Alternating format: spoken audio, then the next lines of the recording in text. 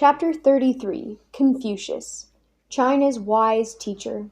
When we studied India, we read about a prince who left his palace to wander through the world and look for the secret of happiness. He was named Siddhartha, but he became known as the Buddha. His followers were called Buddhists. The Buddha taught that a good, virtuous man could be happy, even if he was poor.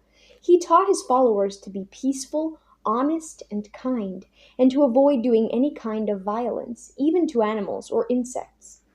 At the same time that the Buddha was teaching people in India, another man in China was teaching the Chinese people that they too could learn to be happy, even if they were poor. His name was Confucius. Confucius was born to a noble Chinese family. He had the chance to go to school, where he learned music and archery. But his family was poor, and all around him Confucius saw war and turmoil. He lived during the period of the warring states, before the Qin made China into one country.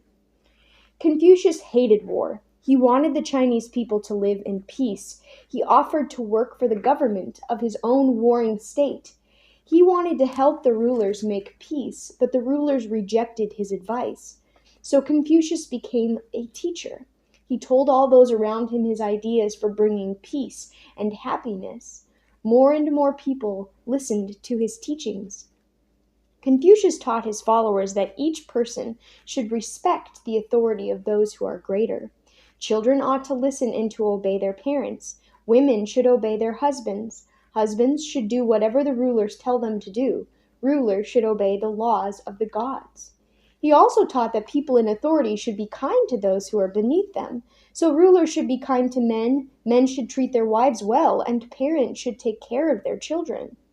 Confucius told his followers that if they behaved properly, their lives would be peaceful. His sayings were collected together into a book called The Analects of Confucius. Here are some of his most famous sayings. Do not do unto others what you would not want others to do to you.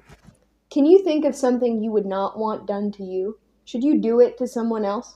Here's another saying. If you make a mistake and do not correct it, this is called a mistake. This means that whenever you make a mistake, you should try to fix it. If you don't, you have actually made two mistakes. Can you think of a mistake you made recently? Did you try to fix it? It is the wiser person who gives rather than takes. Giving is more fun than getting. Do you enjoy watching other people open the gifts that you give them?